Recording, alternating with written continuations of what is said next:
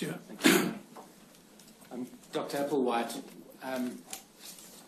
you're familiar, of course, with the possible or potential outcomes from a judicial committee that might have come to a finding of child sexual abuse having occurred, being essentially a repentance, acceptance of repentance, and therefore removal from position, maybe removal of privileges but staying in the congregation, or disfellowship. Those are the essential outcomes, aren't they? Essentially. Yes. So if someone is in the congregation, is found to have committed sexual abuse, and the judicial committee finds them sufficiently repentant, then they remain in the congregation. Is that right? Yes. And if they are not sufficiently repentant, then they will be disfellowshipped, which means they're out of the congregation. Yes. And the repentance, of course, would come with an acceptance that they had done what they were accused of having done. Yes. Yes. And if the repentant wrongdoer was a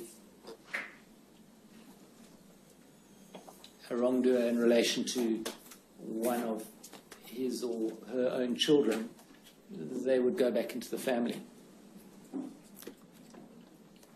As far as I understand, yes. Unless there was a report to the authorities.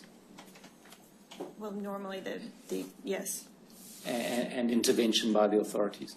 But insofar as the organisation's own steps are concerned, that would be the ordinary course. Yes. And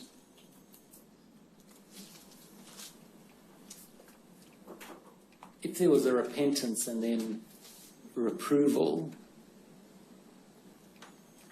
the reasons for the reproval are not published to the congregation. Is that right? Yes.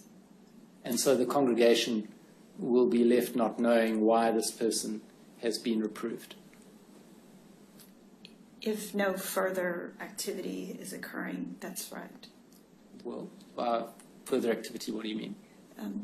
In some cases, if they're reproved for child abuse, then they would be asked to not spend time with children and not be with them in the Kingdom Hall and things of that nature.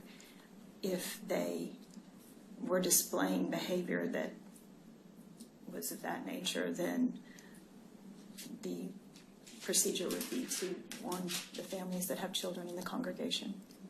Well, perhaps particular families in which that person has a relationship or engagement. Is that right? My understanding was that it would be anyone in the congregation that has minor children. Right, that I would have to look at that further. All right. Well, that may be subject to us looking at it further, but.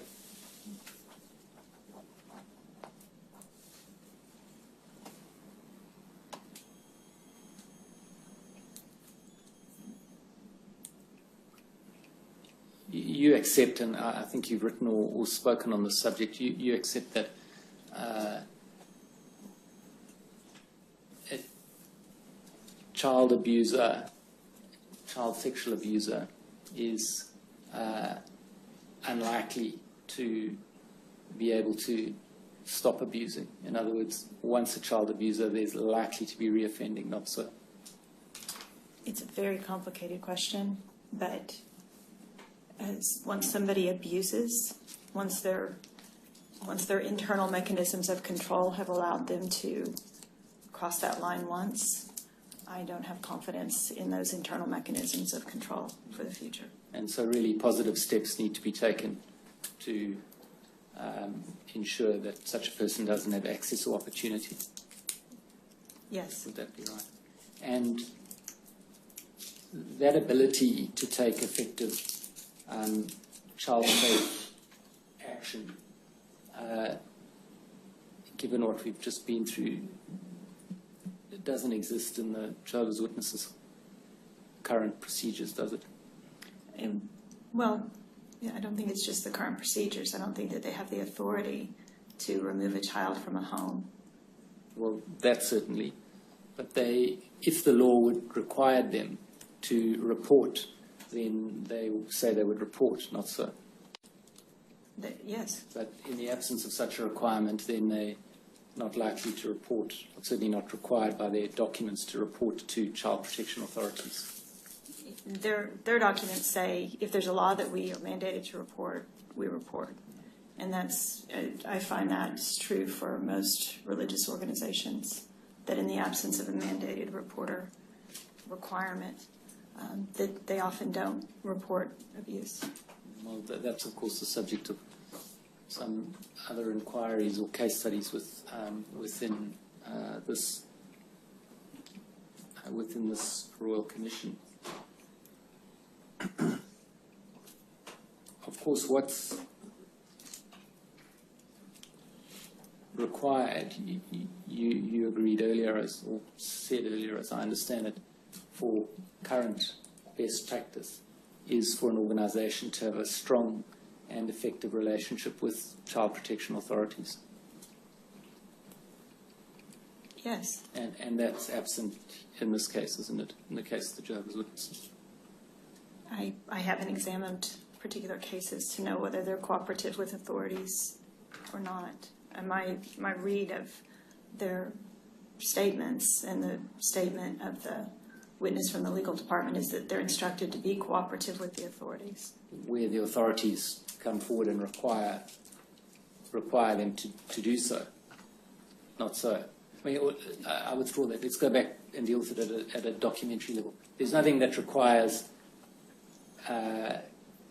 or even encourages elders to encourage others to report to the authorities. That's right, isn't it? What's required is that they are clear that it's the personal decision of the individual whether they're going to report or not. Yes. So the word encouraged is not used. I like the word encouraged. That particular word isn't used. What they say is that they should never be discouraged and that they should be clear that it's their right to do so and that nobody's going to criticize them if they go to the authorities. And you will have picked up through your reading of the policies and documents and teachings and so on, something of an antipathy to the secular authorities. It's a difficult relationship that the Jehovah's Witnesses have with the secular authorities. I haven't picked that up. And if that was found to be so, then you would accept, of course, that that element of a strong and constructive relationship is absent. If it was found that they don't have a strong and constructive relationship, would I accept that they don't have? No, if it's found that they have a relationship of antipathy with secular authorities, then that component of the best practice would not be met. I would really have to see what it was that was found before I could say.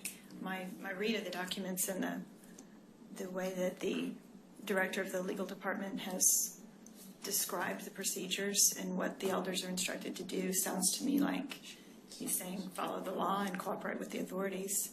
And even in a case where somebody else reported to the authorities to cooperate with them, give them documents as required. So your opinion on that point is based on what he said in his statement? What he said in his statement and also the other documents that say we've never discouraged anyone from reporting to the police. There's no document that says that. We've never.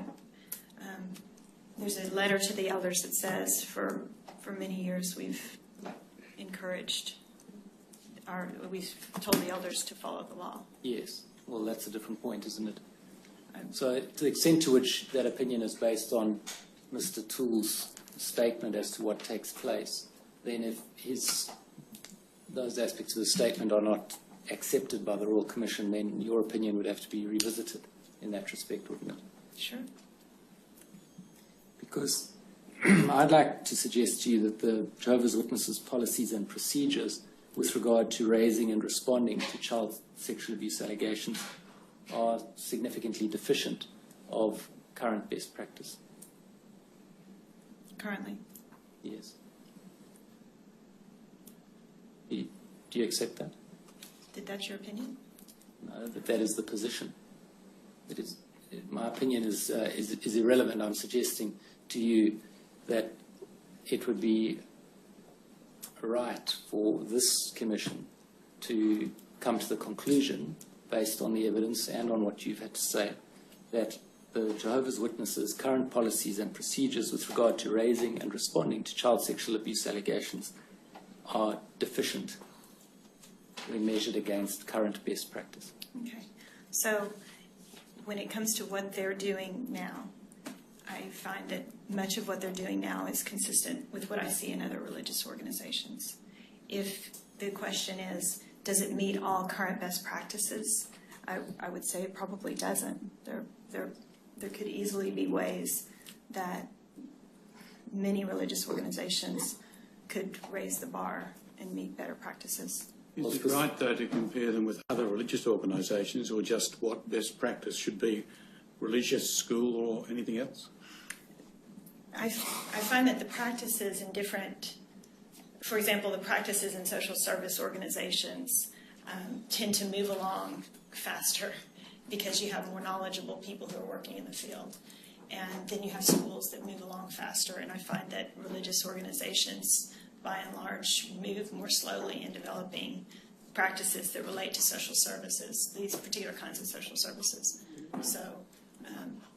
So to compare them to, for example, a foster care organization, I wouldn't normally do that. I don't know what this commission will do. I don't know about whether comparison's the right way to go anyway. Isn't the object of all of this for us to try and work out and tell all institutions, whatever, this is the practice you should follow, not what the best religious practice is. Right. This is the practice you should follow. I absolutely hope that that's the outcome. I mean, that's what I'm hoping for. And so that if we came here 5 years from now and someone said, what would you point to for the standard of care? I would say, look at the recommendations that came out of the Royal Commission. I mean, that to me is the hope. And that there would be certain practices that would be across the board, no matter who the person is or no matter what the organization is, but then certain things that would relate specifically to different types of organizations. Well, as we were talking about the issue before lunch, as to the requirements of the judicial hearing procedure, you and I had a discussion about that, you remember. There's a fundamental problem there, isn't there, with the way it's constituted under the current provided procedure. The way that what is constituted? The 2 men, then 3 men, then the survivor having to tell their story without moral support with the accused present. That process we talked about before lunch, and we agreed, I think, that that's not an appropriate process to follow. Correct? There are better ways. Absolutely. Now, can you help us from your knowledge of the Jehovah's Witnesses? As I understand it, those procedures are generated in part because of the structure of the organisation. Correct? Yes. How do they go about solving that problem and responding better to those who allege they've been sexually abused? And my understanding is that this practice is happening now, that there will, I'm sure, be other people who can speak to it. But from my perspective, they solve it by allowing a person who wants to come forward to have a support person with them to speak to an elder. And if they would prefer to, I mean, there are some people who want to confront the person who abused them. Oh, there are some who do, but there's many who don't. Absolutely. And many don't want to be in the same room as the person who assaulted them. Or the same building. That's right. So, you know, from my perspective, I think the maximum number of choices that you can give to allow the person to speak in the way that's most comfortable for them. Everything from where do you meet to who's there to how is the information taken down. So I would say the maximum number of choices within their structure, that would probably look like giving them the option to write the letter, allowing someone else to speak who has listened to their testimony, having someone with them if they want to, or not meeting with anybody at all but submitting it in a letter. Because I understand it, what you're talking about runs into conflict with the Bible as the Jehovah's Witnesses understand it. It may with the piece of having more than one witness. Well, more than that, confronting your alleged wrongdoer is another component of it, isn't it? I think that they allow the letter to act as the confrontation. That someone's reading it, it's the words of the person, and that person's being confronted. Well, these are things that you think, but you can't give us a document that identifies it, can you? I believe that in the, I'll have to see the statements, but I believe that in the statements that were provided by the director of the legal office and the director of the service desk. Now, how do we overcome the problem that your allegation won't be accepted if there isn't another witness? That's from the internal process. You know, that's a piece that's still going to be problematic for someone who doesn't have another witness. Which is going to be the case for many sexual assault cases, isn't it? It is. How do we deal with that? That's a tough one. Because for those who've been abused and traumatised, a complaint which they're required to make, which is then not found in their favour, has a potential to further traumatise, doesn't it? It is. It is. I mean, it's by no means an ideal place for someone's psychological well-being to be placed, is it? It's true. I'd like to move on, Dr. Applewhite, to the second issue that you addressed, or issue 4, as it's termed on page 7 of your report, which concerns information regarding the systems, policies and procedures in place within the church and the society, that's the Watchtower Society, to prevent child sexual abuse within the church. And as I understand the report, your conclusions on that issue are set out in, and therefore your opinions are set out in paragraphs 45 and 46, is that right? Yes. And the facts and assumptions on which you base that are set out in the preceding paragraphs 37 to 44. Yes. And just identifying the opinion in 45, you say, in my opinion, Jehovah's Witnesses were well in advance of other religious organizations in providing educational materials to parents and families. So I understand by your use of the past tense there, you're referring to the period of the 1980s and 1990s. Is that right? That's correct. And because you go on to say the quality of the materials they provided during that period, in other words, the 1980s and 90s, exceeded the standards of care for the time and continue to be more substantial than what many religious organizations offer parents and guardians today. So insofar as the quality of the materials provided by the Jehovah's Witnesses are concerned, you've set out in the preceding paragraphs what you rely on, and that's well understood. But of course, insofar as the standards of care for the time are concerned, in other organizations, that we can't see what you've based that on. Right, and we're back to the same problem that we had before, which was that I haven't laid out. For example, when was the first time that another or 10 other religious organizations first provided information to parents and families? I haven't set that out here. And what the quality of their material was. That's right. Yes.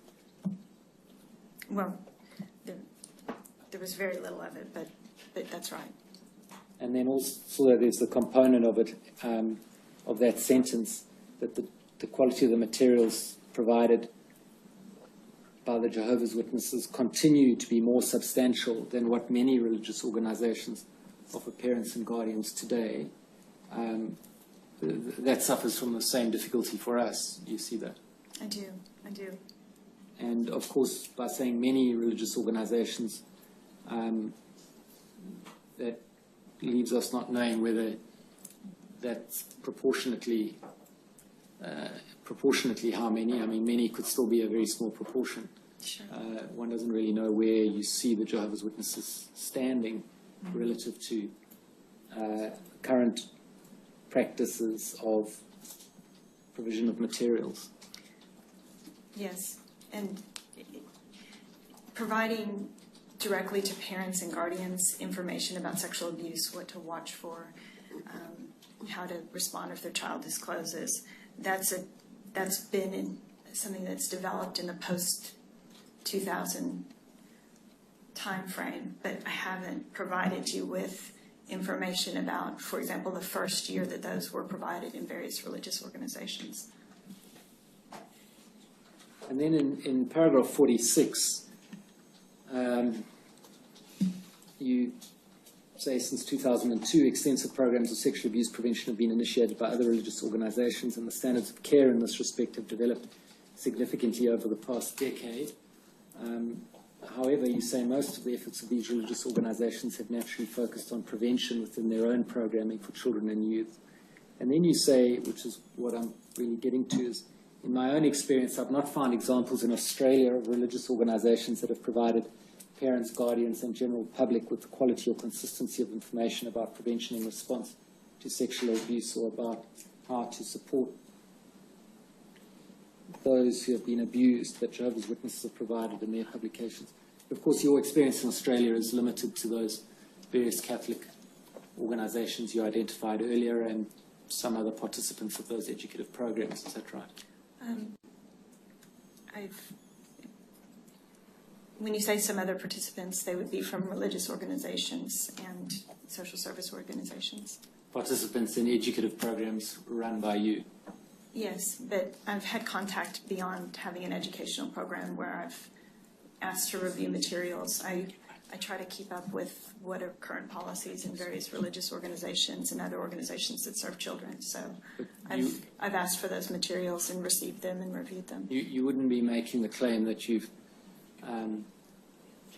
kept up with materials that are provided by organizations directly to their members or into families, to parents and families. So what I would ask for is any educational programs that they're using and what those materials would be. And that would include things for their staff, for their volunteers, things for their clergy, things for foster parents, and also parents and children. All right. Specifically, can you identify which organizations? That I've asked for those materials? Asked, received, and reviewed. I can't. I would have to go back to emails and correspondence and things of that nature to identify those organizations. And then you've, well, I'll come to the other opinions in a moment, perhaps. Just on this question of the clarity of the message, and undoubtedly some of these articles do have very clear messages, or to some degree, but there are one or two aspects I'd like to bring to your attention.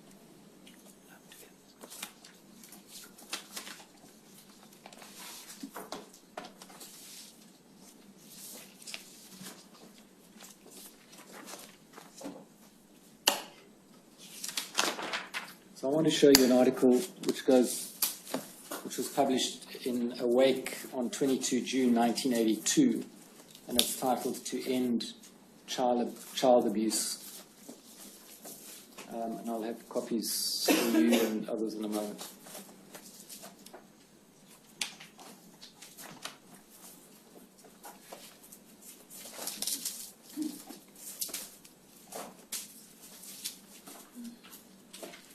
While that's being located, we can look at one of the others, which is in the bundle at tab 82. You referred to this, in fact, in your paragraph 42B. And if we can look at tab 82 on the screen.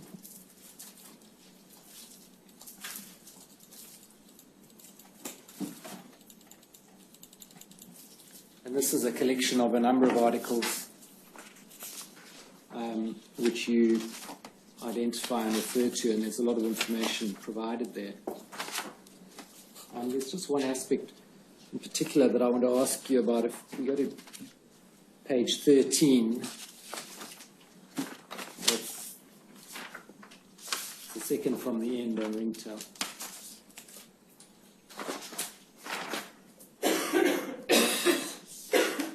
Yeah, that page. Let's go down a little bit. Okay. Now,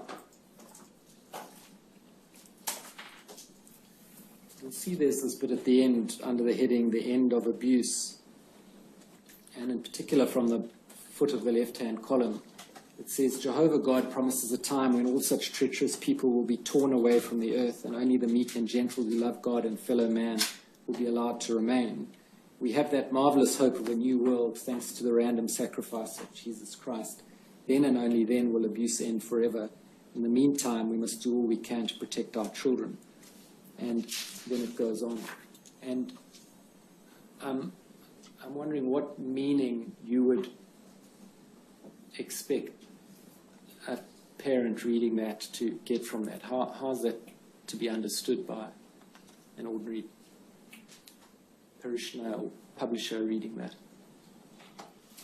I don't think I'm qualified to answer that question as to what that particular phrase or the particular lines that you read would necessarily mean to somebody who is a publisher. All right, and perhaps if you can look at the other article that I've got for you. It's really quite similar, the 1982 one. And if we can look on the second page, you'll see halfway down the second column is, I think, much the same. I only got one page. Oh, here it is. It's on the back. So you see halfway down the second column, only the Bible's solution will end the abuse of children. Jesus summed it up, love God with your whole heart, love your neighbor as yourself. The Apostle Paul repeated it, love does not work evil to one's neighbor, therefore love is the law's fulfillment. This solution of brotherly love is practical. When applied, it works. Too many are hearers of God's word, but not doers of it. Too many say, Lord, Lord, but don't listen to Jesus or do Jehovah's will. In God's due time, all who embrace his kingdom under Christ will become able to keep this law of love perfectly. Then will come fulfillment of Proverbs 2:21 and 22. The upright are the ones that will reside in the earth, and the blameless are the ones that will be left over in it. As regards the wicked, they'll be cut off from the very earth, and as to the treacherous, they'll be torn away from it. This is the only way, the final way, to end child abuse. A parent who may be interested or concerned about child abuse, how do you suppose they would understand that to apply in their lives?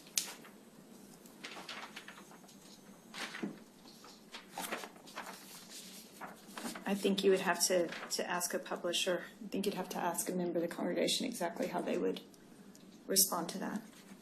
My only suggestion is that while some of the messages are very clear, and I accept that entirely, there are other messages, so it seems to me, and I suggest to you, that are quite unclear.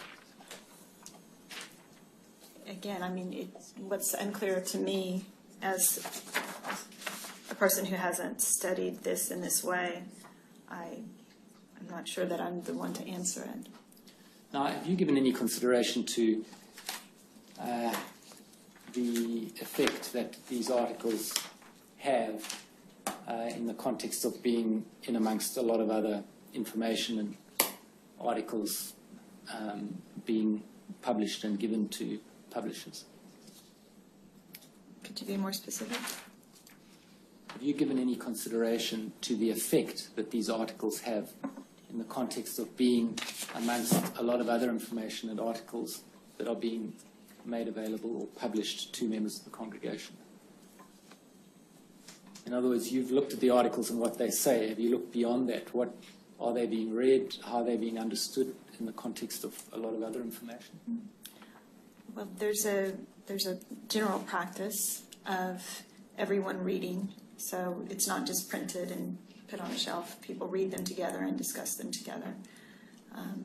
And what's happened is that many times throughout the years, particular articles that speak to the issues of sexual abuse and talk about the experience of someone who's been abused have been referred back to in letters to congregations or referred back to in certain teaching moments. So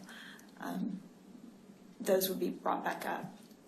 And these are principally published in the Awake and Watchtower magazines, is that right?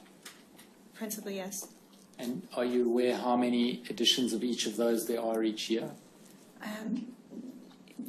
I've seen it written, but 4 times a year, or I'm not sure. I think they're published at different times, but I'm not sure. But there are multiple issues a year. And multiple articles per issue.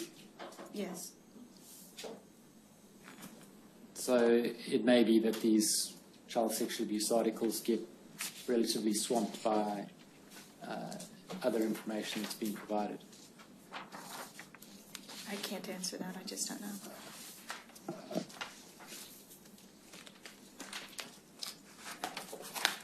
You see in your conclusion at paragraph 49, right at the end, you say Jehovah's Witnesses excel in providing such educational materials to parents and family members, and the substance of their materials concerning child abuse is exceptionally clear and helpful. I suppose what I'm taking exception with is your use of the word exceptionally, and I would suggest that it might be qualified in the way in which I've put to you. Well, so what I would be referring to there is, for example, an article that says, if your child experiences abuse, be sure that you don't just say to them one time, it's not your fault. That you may have to come back and have another conversation with the child and let them know that you really believe that more than once. And when I say exceptional as far as distribution, it would be the infrastructure for getting this kind of material to be read and reviewed by individuals in a congregation of any religious organization, it's just unusual to have the infrastructure available for the printed material to be there and everyone to review it and to have a discussion. And in my experience with parents and voluntary, for example, a school saying we're going to have an educational evening and parents can come and learn about sexual abuse. A lot of preparation can go into that, and an awful lot of people don't show up. So you can have a big forum and let people know that you're there and have 5 people show up. So it's a terribly difficult topic for people. And so to actually get the educational materials out there into families, they just have a unique infrastructure available to them for that. You're not saying that it's your experience that each article is discussed in a structured way. It's the case, isn't it, that some articles are chosen for particular study, but others are there just for people to read when and if they want to. There's a structure to reviewing every Watchtower that comes out. So, that's a piece that there's Watchtower study, so they would go over those. Awake magazine is not as formal, but people read those articles and often sit down with people and we'll go over those articles in Bible study time and things of that nature. So it's a more structured process than just mailing it to people's house and hoping that they read it. How do you know about the sitting down and discussing it? Where do you have that knowledge from? There are letters that are sent that say review, for example, to all congregations. This is a 15-minute talk, and you need to review this article, and you need to ask these questions. So there's within their materials where they talk about the structure of meetings and what's going to happen in individual meetings, you'll find that kind of structure. But that's my point. That's in respect of certain select articles, but not everything, isn't it? Not everything that they publish would have someone up there teaching and going over there. That's true. Or a structured response to reading it, dealing with it, studying it. Not everyone, but in particular the articles that were published in 1985 in the whole magazine that was devoted to child sexual abuse in 1985. That one has had times when there would be a letter that goes out that says review these articles. Now, dealing with the question of prevention of abuse and the circumstances in which it occurs, you take it, or I take it that you're familiar, at least to some degree, with the work of David Finkelor. Yes. He's a leading researcher and academic and writer in the field, isn't he? Yes, he is. And I think you mention him in your report at paragraph 43A, saying that it's a good thing that his name was picked up in one of the articles by published by the Jehovah's Witnesses, not so. I just wanted to illustrate the fact that there are solid researchers that are cited in the articles. Solid and credible. Incredible. Are you familiar with the Australian Institute for Family Studies report published last month, June 2015? Was it on education for children? Conceptualizing the prevention of child sexual abuse. Conceptualizing. I've seen it, but I don't recall the contents of it right now. I'm going to give you a copy. Thank you. But particularly I'm interested in chapter A5 of that report, which starts at page 30. And you'll see it deals with theories on how and why child sexual abuse occurs. You can scroll down. And it says there are various psychological and criminological theories and so on. And then in the second paragraph, this section describes 3 key etiological theories used to explain why child sexual abuse occurs. And the first one identified as Finkelau's 4 preconditions model. Do you see that? Yes. Are you familiar with that model? Yes, that's been around for a long time. Yeah. So Finkelau published that in 1984, but it's still regarded as a key theory about the causation, or as it's put here, etiological theory to explain why child sexual abuse occurs. Yes. It's not discredited.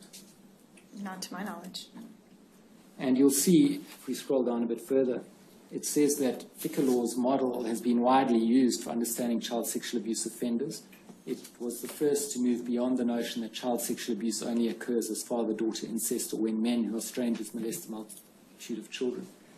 And the 4 preconditions are, and he identifies them, or they are identified there in bullet points. Firstly, motivation to sexually abuse. Secondly, overcoming internal inhibitors. Thirdly, overcoming external inhibitors. And finally, overcoming the resistance of the child. And according to this theory, all of those preconditions need to be met in order for child sexual abuse perpetration to be possible and to occur. But the model takes it a step further, and if we look over the page, the 3rd paragraph, it says that Finkelau noted that these preconditions, in other words, those 4 necessary preconditions, all of which have to exist, not only operate on an individual level, but on a more sociological level. Social factors and characteristics can act as motivators or inhibitors to child sexual abuse perpetration. And then Table 4 outlines how the preconditions work in relation to individual and social cultural factors. Mm-hmm. And then you'll see down the left-hand side are the 4 preconditions in the first column that I read out earlier. And then adjacent to each of them in the subsequent columns is firstly the individual factors, and there's a list of them, and then the social cultural factors in the right-hand column. Do you see that? Yes. And so looking at the social cultural factors, I want to identify some which I suggest exist within the Jehovah's Witness organization and get your response to that. So firstly, in other words, in the first row, that's adjacent to the precondition of motivation to sexually abuse. One of the factors, social cultural factors, is repressive norms about masturbation and extramarital sex. Now, you'd agree that is a factor existing within the Jehovah's Witness community. Well, so, yes. Yes. And then in the second line, in other words, adjacent to overcoming internal inhibitors as the precondition, you'll see that the second social cultural factor is weak criminal sanctions against offenders. Now, in an environment where, and I'll ask you to assume that reporting to authorities is only done where the law requires, and within the Jehovah's Witnesses there are weak criminal sanctions against offenders. Well, I've told you my position as far as having, that I really believe that the criminal sanctions are necessary.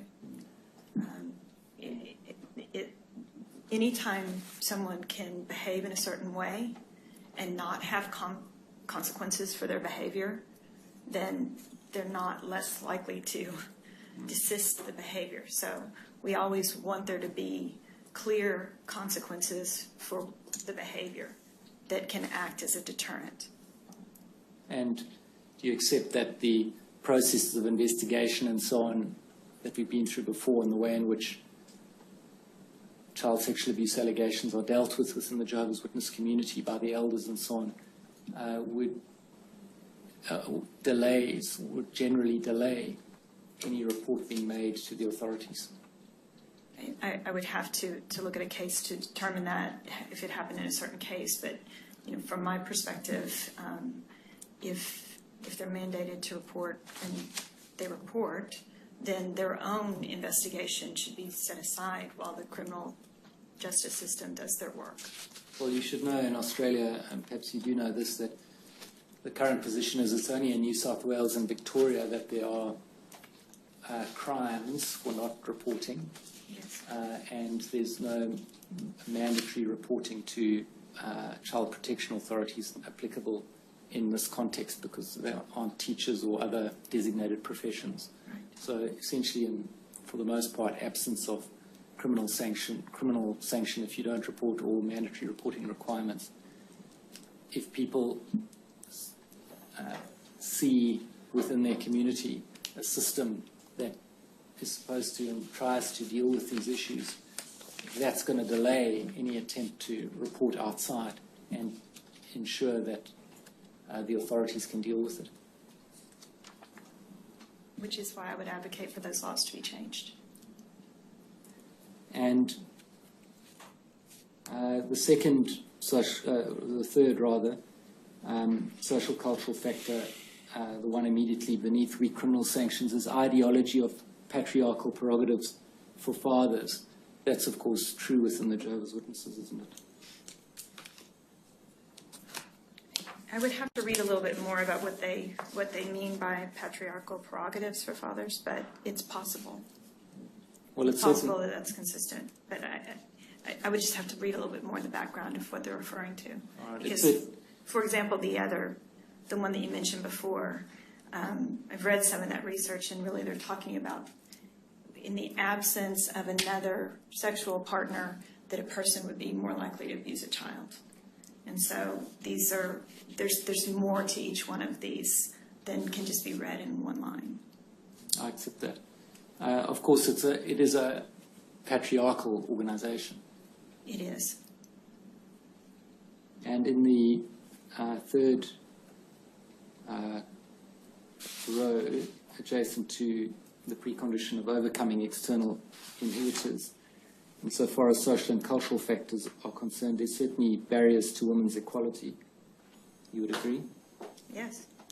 And there's strong ideology of family sanctity.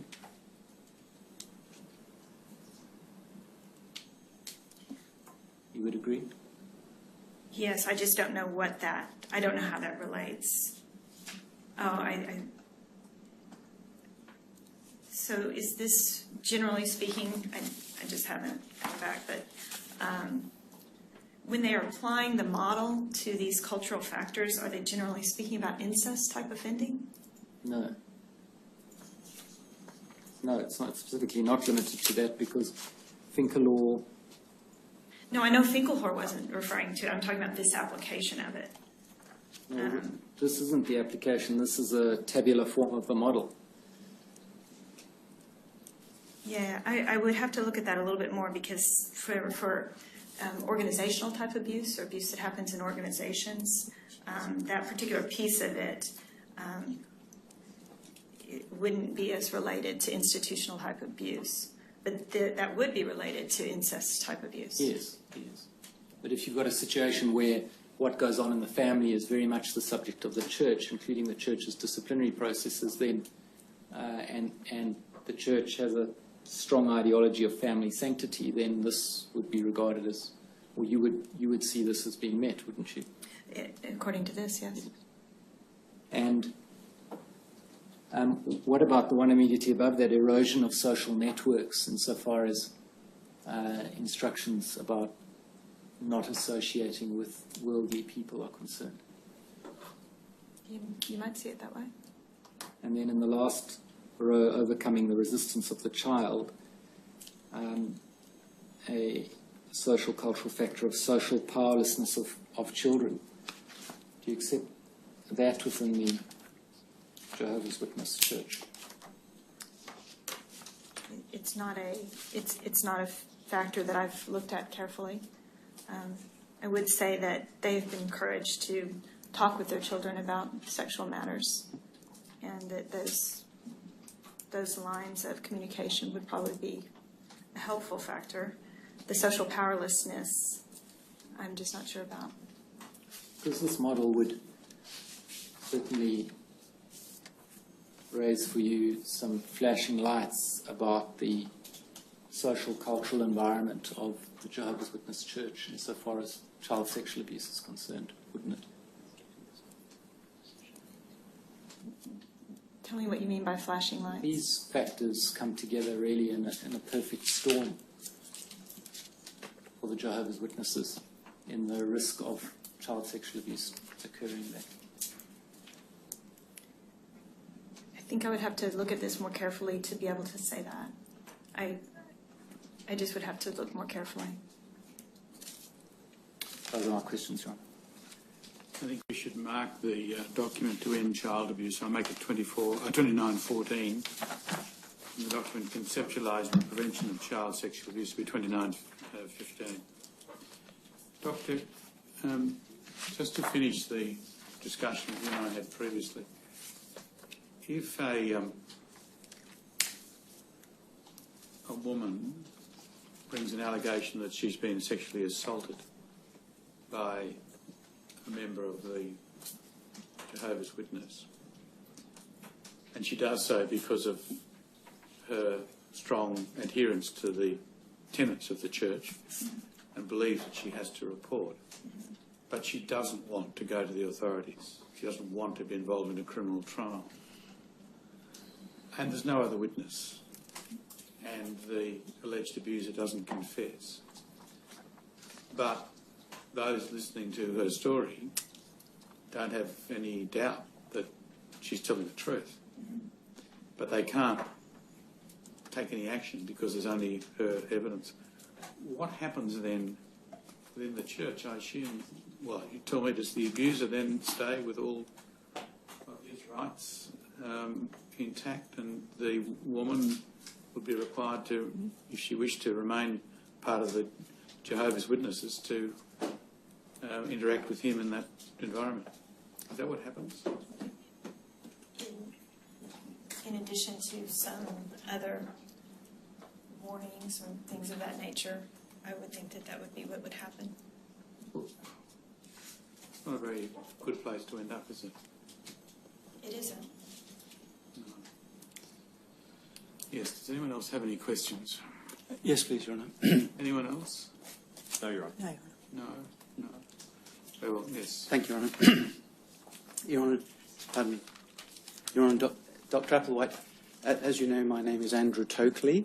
I represent the Watchtower Bible and Tract Society of Australia, and I also represent 3 persons who are being called to give evidence before the Commission. Dr. Applewhite, I wish to ask you some questions about your report. If I may, if you could bring that up, please. Have that before you.